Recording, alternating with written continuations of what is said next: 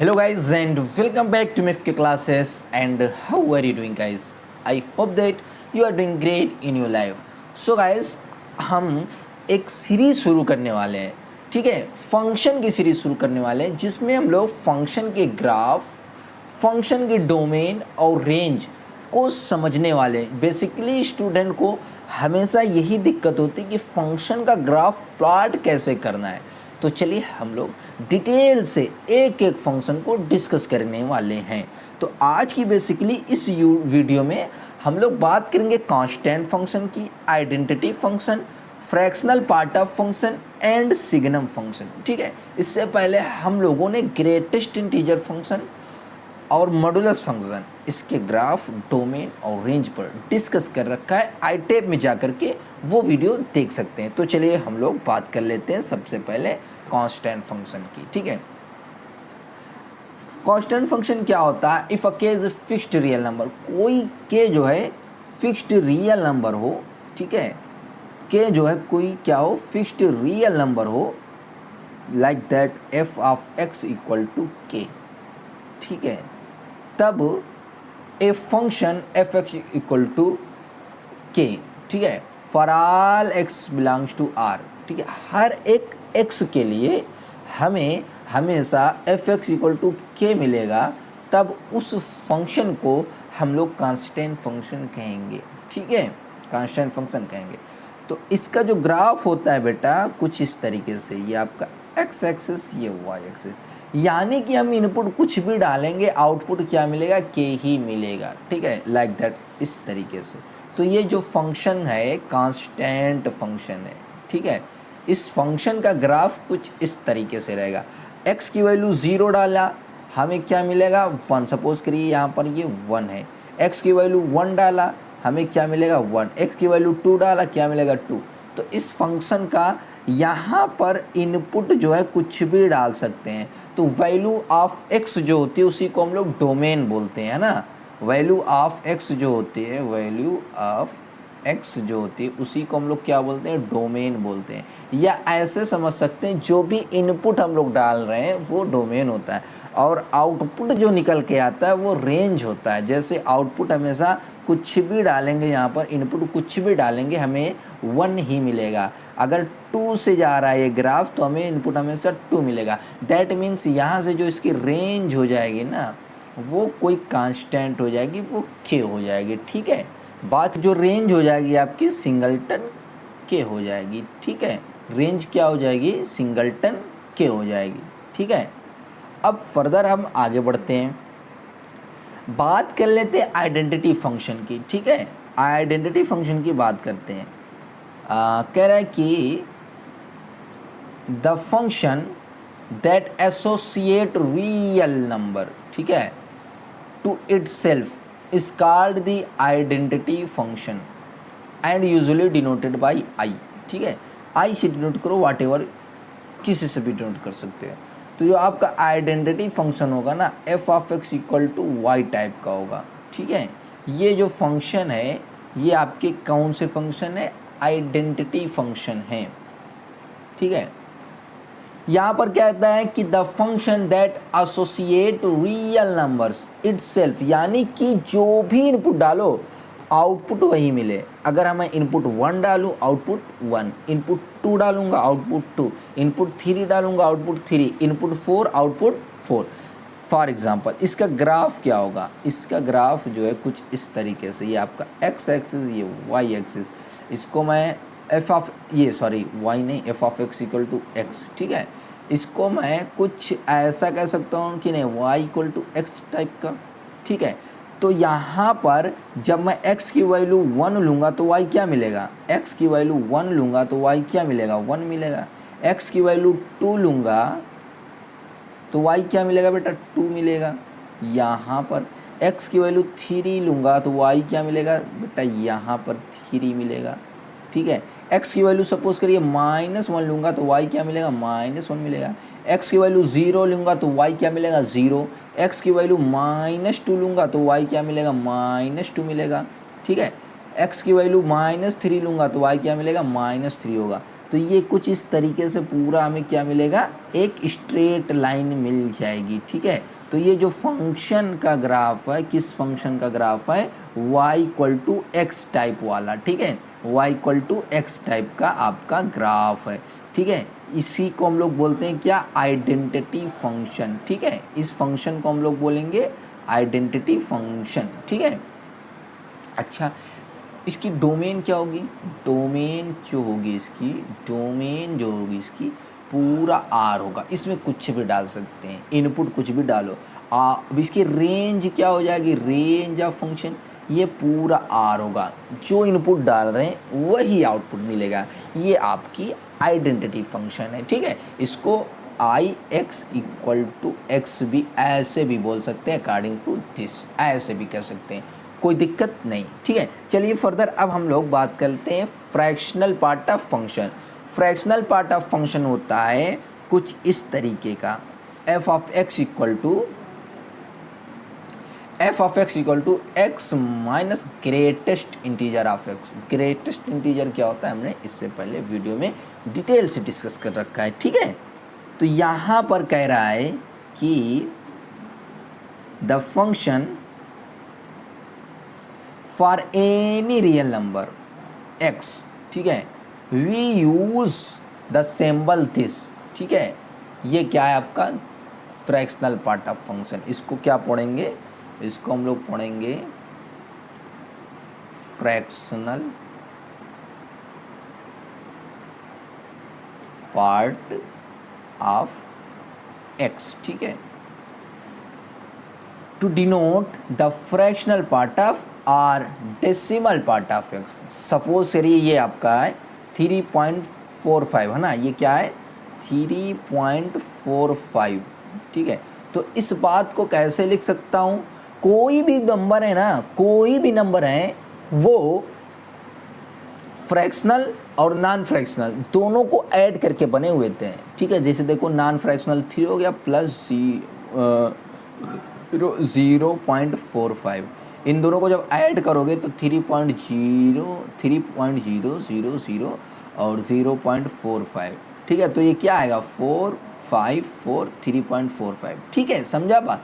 तो ये आपका नॉन फ्रैक्शनल पार्ट, ये फ्रैक्शनल पार्ट। तो हम लोग जो यहाँ पर लेते हैं ये वाला फ्रैक्शनल पार्ट इस नंबर का, इसी को बोलते हैं फ्रैक्शनल पार्ट। ये क्या है आपका भैया, फ्रैक्शनल पार्ट है। तो 3.45 का फ्रैक्शनल पार्ट क्या है, 0.45।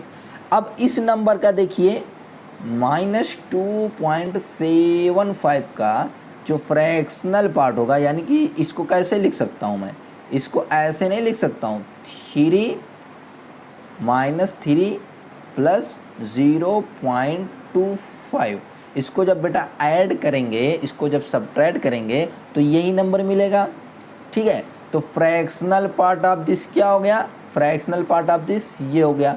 ठीक है, अच्छा सर तब ये इसका मतलब क्या है, इसका मतलब समझते हैं, यही आपका नोटेशन है, f of x equal to x minus greatest integer of x.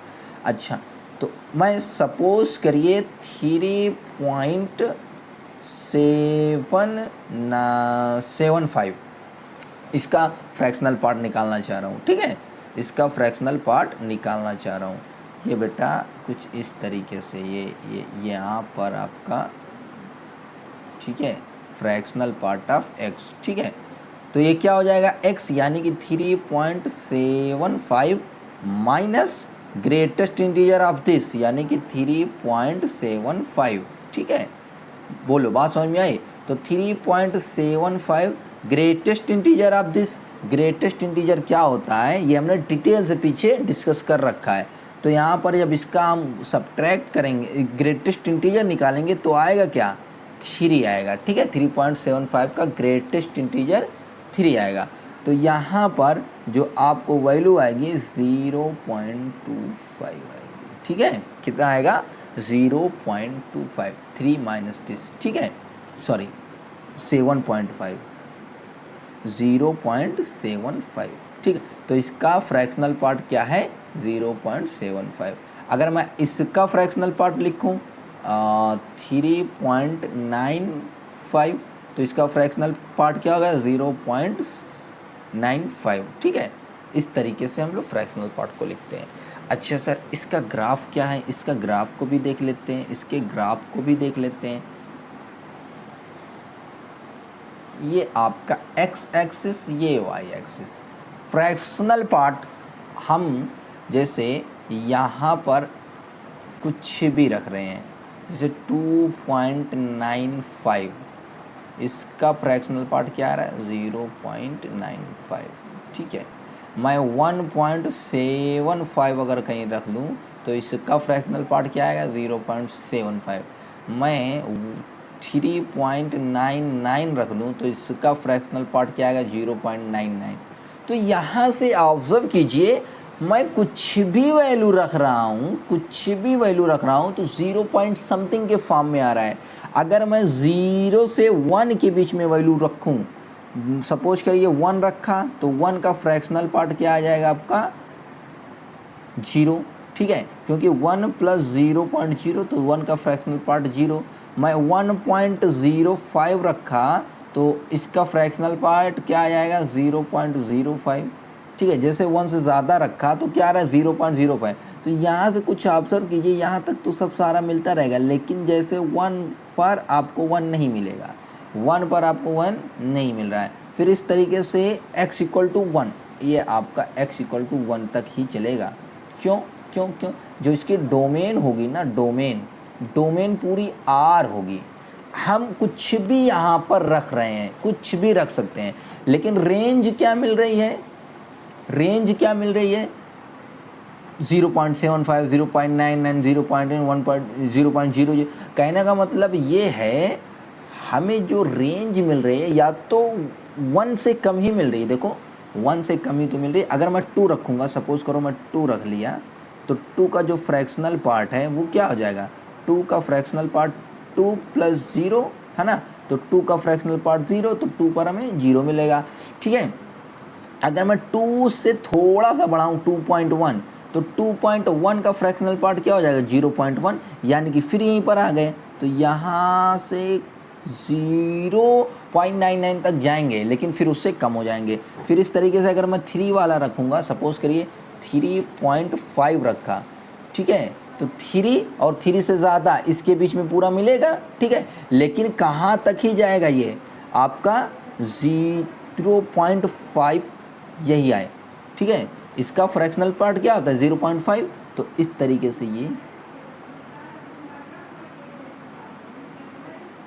से ये चलेगा। और यहाँ पर आपको नेगेटिव वाला जब करेंगे तो ये भी इस तरीके से ये चलेगा, ठीक है, ओ होल होगा यहाँ पर। तो ये है आपका फ्रैक्शनल पार्ट ऑफ फंक्शन, ठीक है, और उसका ग्राफ। तो इसकी जो रेंज हो जाएगी, रेंज क्या हो जाएगी, ओपन 0 क्लोज 1, क्लोज 0 ओपन 1, ठीक है, क्लोज 0 ओपन 1, क्योंकि यहाँ देखिए 1 नहीं आ रहा है, ठीक है, उससे छोटा ही आ रहा है, 0 सब यहाँ पर आ रहे हैं, ठीक है। तो क्लोज 0 ओपन 1 इस फंक्शन की रेंज है, ठीक है। हम लोग देख लेते हैं property of the fractional part of function, ठीक है।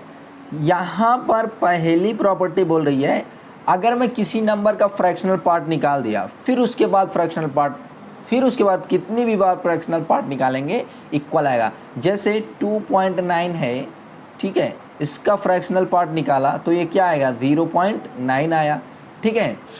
अब इस नंबर का फिर फ्रैक्शनल पार्ट निकालो, ठीक है, इसी का फिर फ्रैक्शनल पार्ट निकालेंगे तो आपस में इक्वल आएगा। नहीं समझा। देखिए यहाँ पर ये कहना चाह रहा है, कोई नंबर आपको गिवन हो, जैसे हमें दिया हमें दिया है 7.05, ठीक है, इसका फ्रैक्शनल पार्ट निकालिए तो इसका फ्रैक्शनल पार्ट क्या आएगा 0.05, ठीक है। अब फिर इसी का फ्रैक्शनल पार्ट अगर मैं निकाल दूं, ठीक है, ये तो आपका ये हो गया। अब फिर इसका एक बार और फ्रैक्शनल पार्ट निकाल दूं, ठीक है, यानी कि इसका निकाल रहा हूं तो क्या ही मिलेगा 0.05, ठीक है, या एक बार और फ्रैक्शनल पार्ट निकालूं 0.05। तो मतलब किसी एक नंबर का अगर एक बार फ्रैक्शनल पार्ट निकाल दिया, कितनी बार भी फ्रैक्शनल पार्ट आप निकालोगे वो वही आएगा, ठीक है। दूसरी चीज़ कह रहा है कि अगर कोई नंबर x है, उसमें i आई क्या है आपका इंटीजर, ऐड करूँगा तो जो नंबर आएगा वो फ्रैक्शनल पार्ट ऑफ वो नंबर आएगा। सपोज करिए मैंने एक नंबर x ले लिया 2.75, ठीक है, और इसमें कोई इंटीजर 2 ऐड कर दिया, ठीक है, यहाँ से, तो ये क्या आएगा 4.75 आएगा। अब इसका फ्रैक्शनल पार्ट क्या आया 0.75, और इसका यानी कि x क्या है आपका 2.75 है, तो आपका 2.75 इसका फ्रैक्शनल पार्ट निकाला तो क्या आएगा 0.75, ठीक है, तो क्या आएगा 0.75। मतलब कि कोई नंबर है उसमें कोई इंटीजर ऐड करके फ्रैक्शनल पार्ट निकालो, या उस नंबर का डायरेक्ट फ्रैक्शनल पार्ट निकालो, कोई इंटीजर जोड़ो या ना जोड़ो आपस में चीज़ें सेम होंगी। एक एग्जांपल और, जैसे 2.93 इसका मैं फ्रैक्शनल पार्ट निकाल दिया, ठीक है, तो क्या आया 0.93, ठीक। अब 2.93 में कोई भी एक इंटीजर ऐड कर दिया, सपोज करिए 4 कर दिया, फिर उसका फ्रैक्शनल पार्ट निकाला तो ये क्या आएगा आपका 6.93, तो इसका जो फ्रैक्शनल पार्ट आया 0.93। आपस में क्या है दोनों इक्वल है। बात क्लियर, बिल्कुल क्लियर। फर्दर हम देख लेते हैं दूसरा फंक्शन। यहाँ पर एक प्रॉपर्टीज तीसरी और कह रहा है कि अगर कोई फ्रैक्शनल पार्ट ऑफ एक्स करूं, ठीक है, और नेगेटिव का फ्रैक्शनल पार्ट ऑफ एक्स करूं तो 0 देगा जब x इंटीजर होगा। चलिए कोई एक इंटीजर लेकर के बात कर लेते हैं। पहला केस, तो इंटीजर आपका 2 एक इंटीजर है, ये प्लस -2 एक इंटीजर है, ठीक है, तो इसका फ्रैक्शनल पार्ट क्या आएगा 2 ही, ठीक है, 0, ठीक है, इसका फ्रैक्शनल पार्ट 0, कुल मिला जुला कर 0।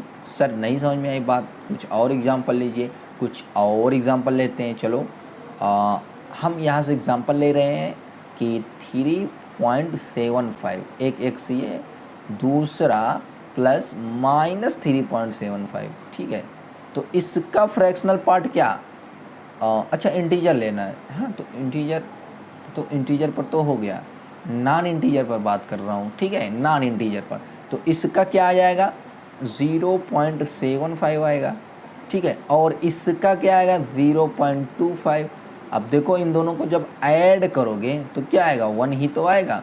तो ये आपका था नॉन इंटीजर के लिए, इससे पहले इंटीजर। सर बात समझ में नहीं आई, फिर से देखो कि अगर हमारे पास x जो है इंटीजर हो, ठीक है, सपोज करिए हमारा इंटीजर 3 है, इसका फ्रैक्शनल पार्ट निकाल रहा हूँ, दूसरा -3 इसका फ्रैक्शनल पार्ट निकाल रहा हूँ, तो इसका जो फ्रैक्शनल पार्ट 0 प्लस इसका फ्रैक्शनल पार्ट 0, आंसर क्या मिला हमें 0 ही मिला।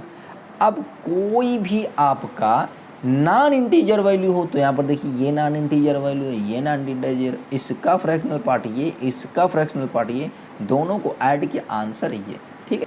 हाँ, तो अब हम लोग बात कर लेते हैं सिग्नम फंक्शन की, ठीक है।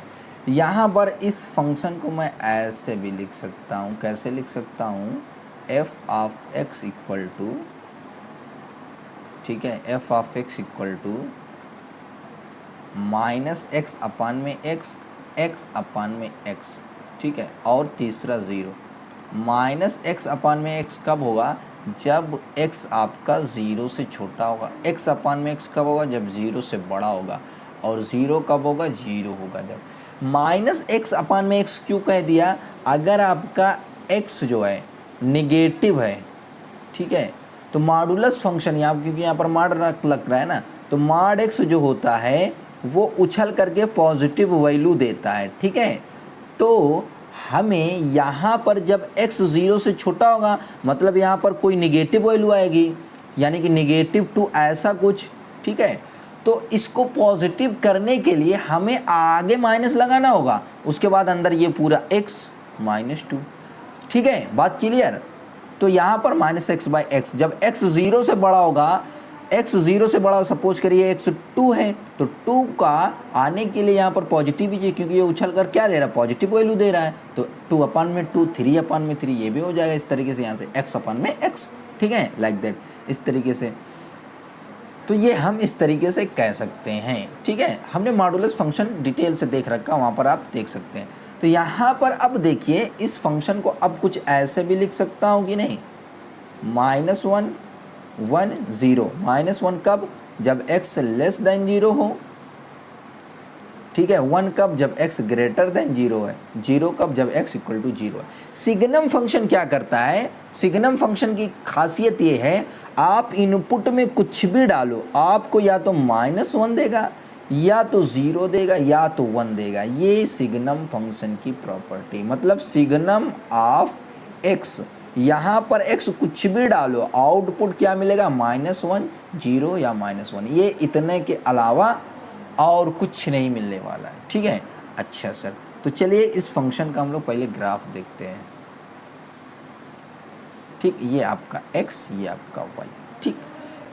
अब देखिए, जब x 0 से छोटा है, 0 से जब x छोटा है तो यहाँ पर हमें मिलेगा 0 से छोटा यहाँ पर।